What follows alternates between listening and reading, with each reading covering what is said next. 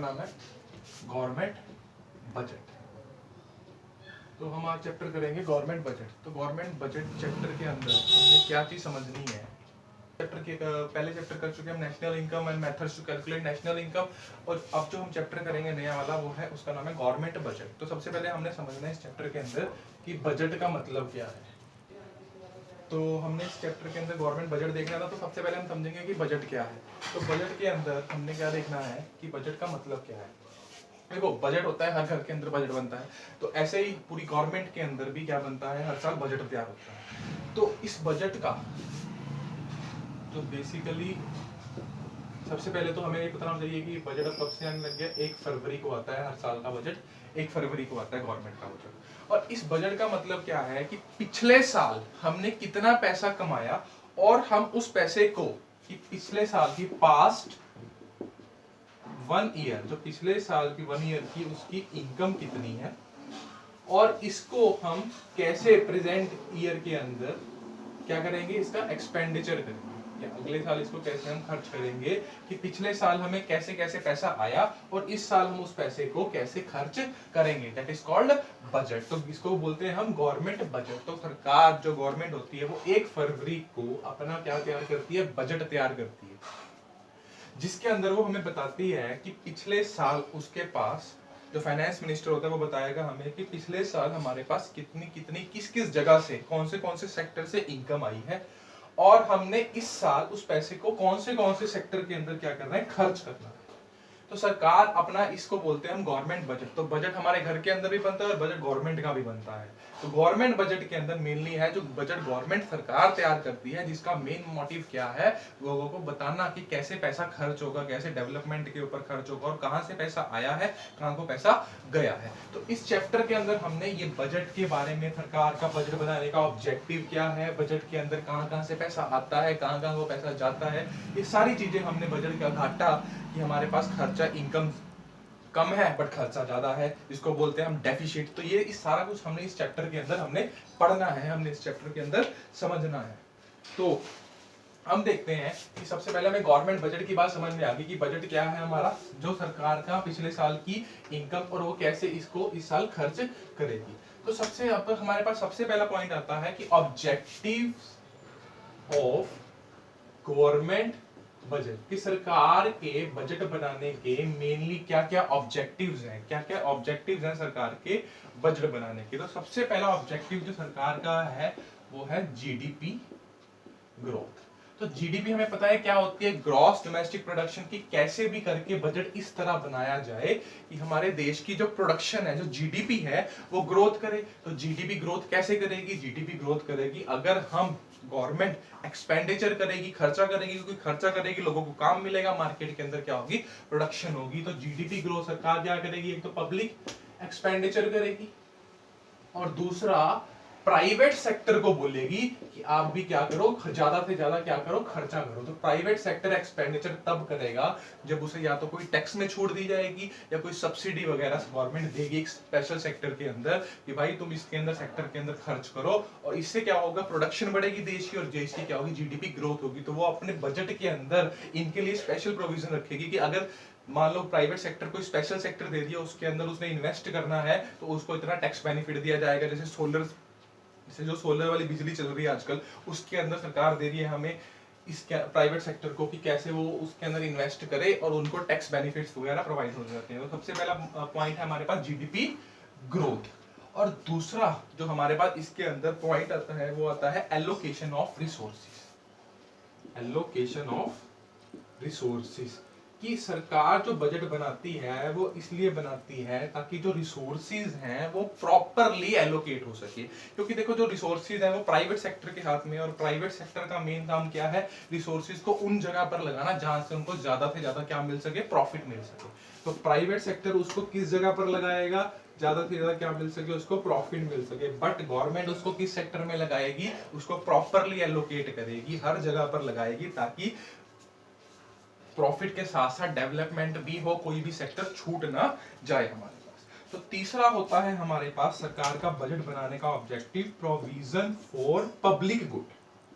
Provision for public good कौन से होते हैं? पब्लिक गुड वो गुड्स होते हैं जो पब्लिक के बेनिफिशियल के लिए होते हैं, जैसे लॉ हो गया, लॉ अगर पुलिस हो गया, जैसे डिफेंस हो गया, तो सरकार क्या करती है अपने बजट के अंदर इनके लिए भी प्रोविजन रखती है कि पब्लिक जो पब्लिक के लिए यूजफुल चीजें हैं, जैसे लॉ हो गया, लॉ मेंटेन करना है, उसके लिए नई नई कारें चाहिए पुलिस को, या डिफेंस के लिए जो भी खर्चा होता है, ठीक है ना, तो उसके लिए भी प्रोविजन बनाती है उस पब्लिक गुड, ताकि लोगों का भला भी हो सके। और जो फोर्थ पॉइंट है हमारे पास इसके अंदर, वो आता है हमारे पास redistribution of income, redistribution of income, कि जो इनकम है हमारे पास, जो देखो जो अब क्या हो गया कि हमारे कंट्री के अंदर क्या हो रहा है कि rich become rich and poor become poor, तो सरकार क्या करेगी अपने बजट के अंदर ऐसी प्रोविजंस रखेगी जिससे क्या होगा कि जो रिच पर्सन है,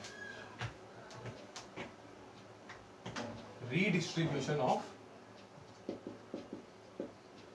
इनकम, तो सरकार क्या करेगी जो रिच पर्सन है, जो रिच पर्सन है उसके ऊपर क्या लगा देगी, उसके ऊपर टैक्सेस लगा देगी, और जो पुअर है उसको क्या क्या दे देगी, सब्सिडीज दे देगी, या उनके कोई ऐसे सेक्टर्स में उनको कोई ना कोई फायदा दे देगी, जिससे क्या होगा कि थोड़ा सा जो इनइक्वालिटी है इनकम का वो थोड़ा थोड़ा क्या होना शुरू हो जाए, गैप कम होना शुरू हो जाए, ताकि वो इनकम जो है वो प्रॉपरली हर बंदे के अंदर क्या हो सके, प्रॉपरली डिस्ट्रीब्यूट हो सके। और पांचवा है बैलेंस रीजनल ग्रोथ, ये पॉइंट इंपॉर्टेंट है, पेपर के अंदर भी आता है कि balance regional growth. Regional growth का मतलब है कि हर रीजन की, हर सेक्टर की ग्रोथ, यानी कि अगर सरकार ये डिसाइड करेगी अपने बजट के अंदर कि इस बार कौन से सेक्टर के अंदर या कौन सी जगह के अंदर उन्हें ज्यादा पैसा इन्वेस्ट करना है और कहाँ कम इन्वेस्ट करना है, अगर पंजाब में डेवलपमेंट हो रही है तो वो बिहार के अंदर या यूपी के अंदर ज्यादा पैसा इन्वेस्ट करेंगे, और जैसे स्पेशली एक SEZ बनाए जाते हैं, स्पेशल इकोनॉमिक जोन, यानी कि इसके अंदर जो भी एक्टिविटीज होती हैं वो टैक्स फ्री होती हैं, और इसके अंदर लोगों को बोला जाता है कि ज्यादा से ज्यादा अपने बिजनेस सेटअप करें, तो सरकार ये उन पुअर रीजनल ग्रोथ वाले सेक्टर्स के अंदर लगाएगी ताकि ज्यादा से ज्यादा उनको क्या हो सके, उसका बेनिफिट हो सके।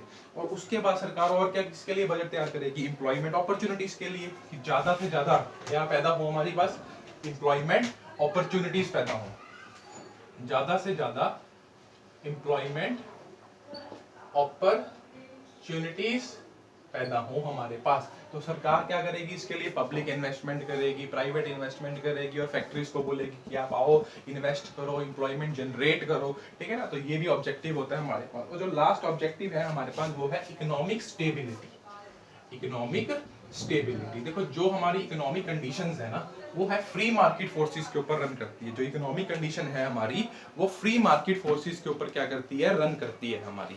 तो इसके अंदर हमें क्या बोलना पड़ता है कि मान लो जैसे सप्लाई और जो डिमांड है वो फ्री मार्केट फोर्सेस के ऊपर डिपेंड करती है कि कितना डिमांड होगा उसी हिसाब से उसकी सप्लाई होगी, तो प्राइस अपने आप बढ़ता और कम होता रहता है, इसके अंदर गवर्नमेंट का कोई दखलंदाजी नहीं होता। तो इसकी वजह से क्या होता है, कभी मार्केट के अंदर बूम आता है, कभी मार्केट के अंदर रिसेशन आना शुरू हो जाता है, यानी कि कभी तो कभी डिमांड कम होनी शुरू हो जाती है, कभी कभी डिमांड ज्यादा होनी शुरू हो जाती है। तो उसकी वजह से मार्केट के अंदर क्या क्रिएट होता है, इन्फ्लेशन और डिफ्लेशन। उसकी वजह से मार्केट के अंदर क्या होता है, इन्फ्लेशन और डिफ्लेशन क्रिएट होना शुरू हो जाता है। तो इन्फ्लेशन का मतलब क्या है, जब प्राइस इंक्रीज करते हैं तो प्राइस क्यों इंक्रीज करेंगे, अगर किसी चीज की डिमांड ज्यादा है और उसकी सप्लाई कम है। और डिफ्लेशन मतलब क्या होता है, प्राइस जो है वो कम होने शुरू हो जाते हैं। उसका कारण क्या है कि किसी चीज की सप्लाई बहुत ज्यादा है बट उसकी डिमांड कम है। तो सरकार को अपने बजट के अंदर भी ऐसी इकोनॉमिक स्टेबिलिटी तैयार करनी पड़ती है ताकि वो उससे लड़ सके, वो रिसेशन हो या अगर बूम हो उस पीरियड को कर्व कर सके, उस पीरियड को ठीक करके उसके अंदर वो काम कर सके। तो ये थे हमारे पास 7 गवर्नमेंट के बजट ऑब्जेक्टिव, जो गवर्नमेंट बजट के ऑब्जेक्टिव जिसके लिए गवर्नमेंट काम करती है। तो इन 7 ऑब्जेक्टिव्स के लिए गवर्नमेंट का बजट तैयार किया जाता है। तो उसके बाद हमारे पास क्या आता है, उसके बाद हमारे पास आता है कंपोनेंट्स ऑफ बजट, यानी कि बजट के अंदर क्या क्या चीजें हैं। तो देखो components of budget, components of budget के अंदर हमारे पास 2 चीजें आती हैं, एक आती है रिसिप्ट और एक आती है पेमेंट। यानी कि या दो चीजें होंगी, या तो पैसा मिलेगा या पैसा खर्च होगा। तो रिसिप्ट जो है सरकार को वो कहां से आ सकती है सरकार को, तो रिसिप्ट है जो वो 2 टाइप की होती है, एक होती है हमारे पास रेवेन्यू रिसिप्ट और एक होती है हमारे पास कैपिटल रिसिप्ट। और दूसरी पेमेंट भी ऐसी होती है, एक होता है रेवेन्यू एक्सपेंडिचर पेमेंट हो गया, इसको एक्सपेंडिचर भी बोल सकते हैं हम, एक्सपेंडिचर खर्चा, रेवेन्यू एक्सपेंडिचर, और कौन सा खर्चा, कैपिटल एक्सपेंडिचर। तो हम अब सबसे पहले बात करते हैं रिसिप्ट की। रिसिप्ट मतलब सरकार को पैसा कहाँ से आता है। तो सरकार को पैसा दो जगह से आता है, एक तो आता है रेवेन्यू रिसिप्ट और एक आती है कैपिटल रिसिप्ट। तो बच्चा रेवेन्यू रिसिप्ट का मतलब क्या है? रेवेन्यू रिसिप्ट का मतलब है जिससे सरकार की कोई भी एसेट या कोई भी लायबिलिटी के ऊपर फर्क नहीं पड़ता, कि वो पैसा, रेवेन्यू रिसिप्ट का मतलब है वो पैसा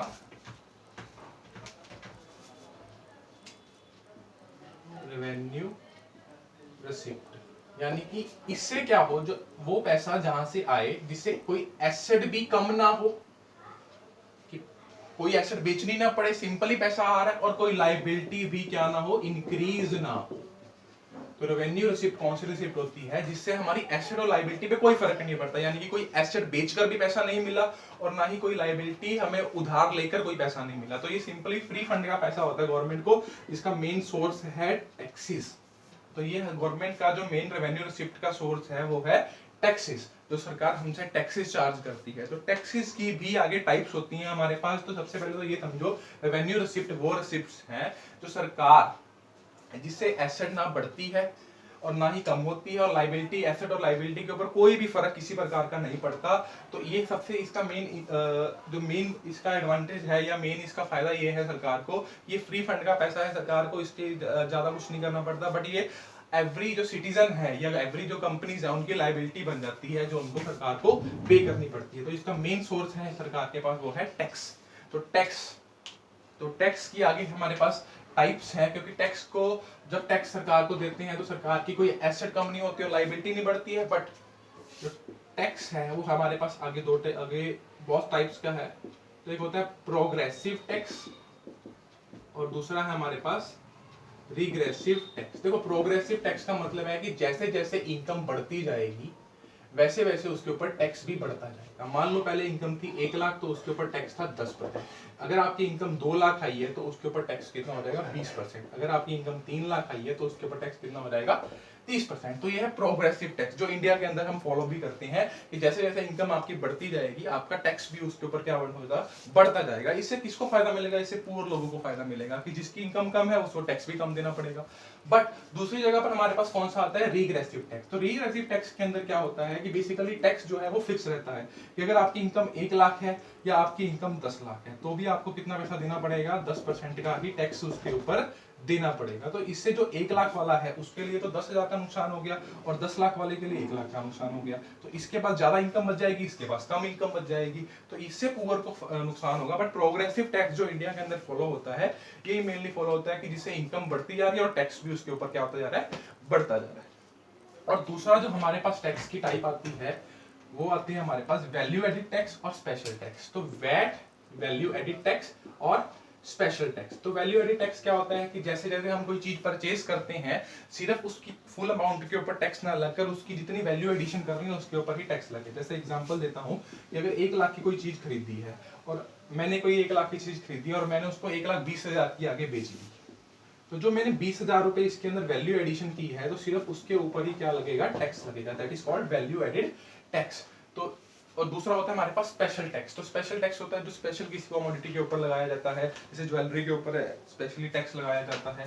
तो ये टाइप के हमारे पास टैक्सेस भी होते हैं। और एक दो उसके बाद जो हमारे पास इंपॉर्टेंट है वो है डायरेक्ट टैक्स और इनडायरेक्ट टैक्स। तो डायरेक्ट टैक्स क्या होता है? जो डायरेक्टली उसी को पे करना पड़ता है जिसके ऊपर वो लगता है, जैसे इनकम टैक्स हो गया, ये डायरेक्टली उसी व्यक्ति को पे करना पड़ेगा जिसके ऊपर ये लगेगा, क्योंकि उसकी इनकम के ऊपर है और उसी पे करना पड़ेगा। और इनडायरेक्ट टैक्स आजकल कौन सा आ गया? जीएसटी। पहले बहुत सारे थे हमारे पास, एक्साइज, सेल टैक्स, इन सबको खत्म कर कर एक टैक्स बना दिया जिसको बोलते हैं गुड्स एंड सर्विसेज टैक्स। तो इनडायरेक्ट टैक्स क्या है कि लगता किसी और के ऊपर है और पे किसी और को करना पड़ता है। जैसे अगर हम कोई मार्केट से चीज लेने जाते हैं तो वो हमें विद टैक्स मिलती है, तो वो एक्चुअल में जो जीएसटी है वो लायबिलिटी तो दुकानदार की है बट वो लेता किससे है? कस्टमर से लेता है। तो इसे बोलते हैं इनडायरेक्ट टैक्स, कि लगता किसी और के ऊपर है बट पे कोई और करता है। तो ये था हमारे पास टैक्स रिसिप्ट। अब आपके पास कुछ नॉन टैक्स रिसिप्ट भी आती हैं।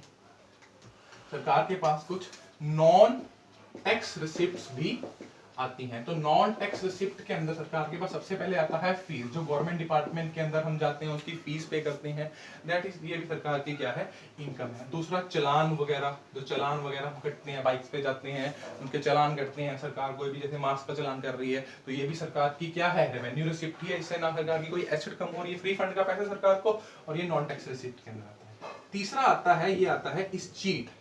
इस चीट का मतलब क्या है कि अगर कोई भी व्यक्ति है, उसकी प्रॉपर्टी है और उसका कोई आगे उसका कोई नॉमिनी नहीं है या उसका कोई वारिस नहीं है और वो उसकी डेथ हो गई, तो वो सारा पैसा गवर्नमेंट क्या कर लेती है, खुद रख लेती है। दैट इज कॉल्ड इस चीट। मतलब अगर कोई भी व्यक्ति उसकी डेथ हो गई और उसका आगे कोई उसको उस प्रॉपर्टी को क्लेम करने वाला कोई नहीं है, तो सारा पैसा सरकार के पास चला जाएगा। ये भी क्या होता है, इस चीट, ये भी गवर्नमेंट की क्या है, इनकम है। और उसके बाद क्या है हमारे पास, स्पेशल असेसमेंट। अब स्पेशल असेसमेंट के अंदर क्या आता है कि जैसे अगर मान लो आपकी प्रॉपर्टी ऑन रोड पर पड़ी है और सरकार ने वहां से कोई हाईवे निकलवा दिया या कुछ भी निकलवा दिया, तो इससे आपकी प्रॉपर्टी की वैल्यू इंक्रीज हो गई। पहले 20 लाख की थी, अब 50 लाख या 1 करोड़ की होगी, तो जितनी वैल्यू उसकी इंक्रीज हुई है उसके ऊपर भी आपको क्या देना पड़ेगा, टैक्स देना पड़ेगा। तो that is called special assessment, कि आपकी जो प्रॉपर्टी है उसकी दोबारा से असेसमेंट होगी और उसको डेवलपमेंट चार्जेस के रूप में सरकार को आपको क्या करना पड़ेगा, पे करना पड़ेगा। और ग्रांट्स एंड डोनेशंस, जैसे सरकार को कोई फ्री फंड का, जैसे WHO इंडिया को दान देता है या कोई डोनेशन दे देता है, जैसे अमेरिका ने कोई डोनेशन दे दी, तो ये भी सरकार की क्या है, फ्री फंड की इनकम्स ही है सरकार की, गवर्नमेंट की। तो उसके बाद हमारे पास और क्या चीजें आती हैं, इनकम फ्रॉम पब्लिक सेक्टर। देखो पब्लिक एंटरप्राइजेस से हमारे को क्या इनकम होती है सरकार को, तो पब्लिक एंटरप्राइज जो सरकार की कंपनीज हैं, जैसे भैल होगी, भारत हैवी इलेक्ट्रॉनिक लिमिटेड होगी, ONGC होगी, ऑयल नेचुरल गैस एंड जो ये तेल वाली कंपनीज होंगी, जो जैसे BSNL है, तो BSNL अगर कुछ भी प्रॉफिट कमाती है तो वो सारा किसके पास जाता है, गवर्नमेंट के पास जाता है। और ये किसके अंदर आएगा, रेवेन्यू रिसिप्ट के अंदर, क्योंकि इससे ना ही सरकार की कोई एसेट कम होगी, ना ही कोई लायबिलिटी बढ़ेगी।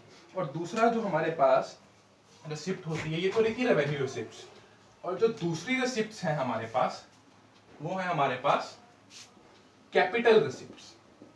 जो दूसरी रिसिप्ट्स हैं वो है कैपिटल रिसिप्ट। तो कैपिटल रिसिप्ट सबसे पहले क्या हो गया हमारे पास, कैपिटल रिसिप्ट के अंदर सबसे पहले आ गया recovery of loan. Recovery of loan कि मान लो सरकार ने कोई लोन दे रखा है, सरकार ने कोई लोन दे रखा है और उसने उस लोन को वापस ले लिया, तो देखो इससे होगा क्या, कैपिटल रिसिप्ट से इससे क्या होगा, या तो आपकी एसेट जो होगी वो कम होगी, या लायबिलिटी क्या होगी, इंक्रीज होगी, बढ़ेगी। डिक्रीज होगी एसेट और लायबिलिटी क्या होगी, इंक्रीज होगी। That is called capital receipt. तो कैपिटल रिसिप्ट कौन सी रिसिप्ट होती है, जिससे कोई ना एसेट और लायबिलिटी के ऊपर फर्क पड़ता है, एसेट या तो कम होगी या लायबिलिटी इंक्रीज करेगी। तो सबसे पहला इसके अंदर कौन सा पॉइंट आता है, वो आता है हमारे पास रिकवरी ऑफ लोन। कि अगर मान लो गवर्नमेंट ने किसी भी बड़ी कंपनी को या किसी को भी लोन दे रखा है और उसकी रिकवरी हो गई, तो देखो लोन दे रखा है तो वो सरकार की तो एसेट है, सरकार ने उससे बंदे से पैसा लेना है, तो सरकार को अगर लोन वो वापस मिल गया, उसकी रिकवरी होगी, तो उसकी एसेट कम हो जाएगी और गवर्नमेंट की वो क्या बन जाएगी, कैपिटल रिसिप्ट बन जाएगी। दूसरा सरकार के पास क्या आता है, बोरिंग्स आती है। बोरिंग्स का मतलब क्या होता है, सरकार लोन ले लेती है, और सरकार किसी से भी ले सकती है, RBI से ले सकती है, पब्लिक से ले सकती है, बैंकों से ले सकती है, किसी से भी लोन ले सकती है। तो लोन लेने से होगा क्या कि सरकार के पास एक तो पैसा ज्यादा आएगा और पैसा आ जाएगा, और दूसरा सरकार की क्या क्रिएट हो जाएगी, लायबिलिटी क्रिएट हो जाएगी, सरकार की गवर्नमेंट की लायबिलिटी बढ़ जाएगी। तो देखो कैपिटल रिसिप्ट के अंदर एसेट या तो कम होगी, लायबिलिटी या तो बढ़ेगी। तो पहला पॉइंट था रिकवरी ऑफ लोन, इसके अंदर एसेट कम हो रही थी, और दूसरा था बोरिंग, इसके अंदर लायबिलिटी बढ़ रही थी। और जो तीसरा पॉइंट आता है वो आती है अदर रिसिप्ट्स। अदर रिसिप्ट के अंदर सबसे इंपॉर्टेंट पॉइंट है वो है डिसइन्वेस्टमेंट। इसके ऊपर पेपर के अंदर भी क्वेश्चन आता है कि डिसइन्वेस्टमेंट का मतलब क्या होता है। देखो डिसइन्वेस्टमेंट का मतलब है कि इन्वेस्टमेंट को कम करना। डिसइन्वेस्टमेंट का मतलब है इन्वेस्टमेंट को, सरकार अपनी इन्वेस्टमेंट को क्या करेगी, अपने हिस्से को कम करेगी। जैसे आपने अभी सुना होगा कि रेलवे का प्राइवेटाइजेशन हो रहा है, तो रेलवे का प्राइवेटाइजेशन का मतलब है कि सरकार, जो रेलवे है वो 100% सरकार की कंपनी है, वो सरकार का डिपार्टमेंट है, तो सरकार अपना हिस्सा उसमें से थोड़ा सा कम कर देगी और उसको किसको बेच देगी, प्राइवेट सेक्टर को बेच देगी। सरकार जो पब्लिक सेक्टर में अपना जो हिस्सा है उसको कम करके प्राइवेट सेक्टर को बेच देगी। इससे क्या होगा, सरकार की एसेट कम हो जाएगी, सरकार का हिस्सा कम हो जाएगा, बट सरकार के पास एक तरीके से रिसिप्ट आ जाएगी। तो सरकार डिसइन्वेस्टमेंट का मतलब है कि जब सरकार अपनी इन्वेस्टमेंट जो उसने कर रखी है उसका कुछ हिस्सा बेच देती है, कुछ शेयर कम कर देती है, 2%, 3%, 5%, 10%, दैट इज कॉल्ड डिसइन्वेस्टमेंट। ठीक है बच्चों, तो ये थी हमारे पास कैपिटल रिसिप्ट, 3 टाइप की, recovery of loan, borings and disinvestment. तो उसके बाद जो हमारे पास चीजें आती हैं वो आती हैं एक्सपेंडिचर। उसके बाद आता है हमारे पास एक्सपेंडिचर। तो एक्सपेंडिचर भी आगे 2 टाइप का है, एक तो है रेवेन्यू एक्सपेंडिचर और दूसरा है हमारे पास कैपिटल एक्सपेंडिचर। तो देखो रेवेन्यू एक्सपेंडिचर कौन सा एक्सपेंडिचर होगा? रेवेन्यू एक्सपेंडिचर वो एक्सपेंडिचर है जिसके अंदर सरकार की ना ही कोई एसेट के ऊपर या ना ही कोई लायबिलिटी, कि इससे पैसा खर्च करने से कोई भी एसेट जो है वो बढ़ेगी नहीं और लायबिलिटी क्या होगी? कम नहीं होगी। तो एसेट ना बढ़ेगी ना लायबिलिटी कम होगी, तो ये एक्सपेंडिचर कौन सा हो गया सरकार का? ये नॉर्मली हो गया जैसे सरकार कोई डोनेशन दे रही है, सरकार कोई सब्सिडी दे रही है, जिससे सरकार की कोई एसेट वगैरह किसी के ऊपर कोई भी फर्क नहीं पड़ता। और दूसरा आ गया हमारे पास कैपिटल एक्सपेंडिचर। इससे क्या होगा कि ये जो सरकार खर्चा करेगी इससे या तो एसेट बढ़ेगी या लायबिलिटी क्या होगी? कम होगी। इसका जैसे मेन मोटिव क्या आ गया? जैसे payment, repayment of loan, payment of loan, जो सरकार के पास लोन था सरकार ने उसकी पेमेंट कर दी, तो उससे क्या होगा? सरकार की लायबिलिटी कम होगी और ये क्या होगा? सरकार का खर्चा हो गया। या सरकार ने कोई पुल बना दिया, कोई डेवलपमेंट एक्सपेंडिचर कर दिया, तो सरकार की क्या बन गई? एसेट क्रिएट होगी और सरकार का क्या हो गया? खर्चा भी हो गया। तो आगे जो ये एक्सपेंडिचर है ये भी आगे 2 टाइप की होती हैं, plan expenditure and non plan expenditure. तो प्लान एक्सपेंडिचर कौन से होते हैं? जो सरकार प्रॉपरली प्लान अपने बजट के अंदर प्लान किया रहता है, जैसे रोड्स बनाए जाएंगे, पुल बनाए जाएंगे, हाईवे बनाए जाएंगे, ठीक है ना, ये सारे होते हैं हमारे पास प्लान एक्सपेंडिचर। और नॉन प्लान एक्सपेंडिचर कौन से होते हैं? जो इमीडिएटली, जिसका कोई प्लान नहीं होता, जैसे कोविड-19 है, ये क्या था? नॉन प्लान एक्सपेंडिचर था। कोविड-19 जो था ये नॉन प्लान एक्सपेंडिचर है। सरकार को जो इसके ऊपर खर्चा करना पड़ रहा है ये कोई प्लानिंग के लिए नहीं था, पहले से सरकार ने बजट के अंदर कोई प्लानिंग नहीं कर रखी थी। इसके ऊपर जो भी खर्चा है ये नॉन प्लान एक्सपेंडिचर है। कहीं बाढ़ आ जाती है, कहीं भूकंप आ गया, ठीक है, तो ये सारे खर्चे कौन से हैं? नॉन प्लान एक्सपेंडिचर के अंदर आएंगे। तो प्लान एक्सपेंडिचर सरकार प्लान करती है, नॉन प्लान जो उसका कोई प्लान नहीं होता, जिसका मेन एग्जांपल क्या है? Corona virus. तो जो भी इसके ऊपर खर्चा हो रहा है वो सरकार ने नॉन प्लान कर रखा है, उसका कोई भी प्लान नहीं कर रखा। तो इस पार्ट के अंदर बच्चे हमने क्या समझा कि ऑब्जेक्टिव ऑफ गवर्नमेंट बजट और कंपोनेंट्स ऑफ गवर्नमेंट बजट की रिसिप्ट क्या होती है, पेमेंट क्या होती है, रिसिप्ट की टाइप्स कितनी है, पेमेंट्स की टाइप या एक्सपेंडिचर की टाइप्स कितनी है। नेक्स्ट पार्ट के अंदर हम इसका आगे करेंगे कि इसको हमने आगे कैसे करना है। थैंक यू बच्चों।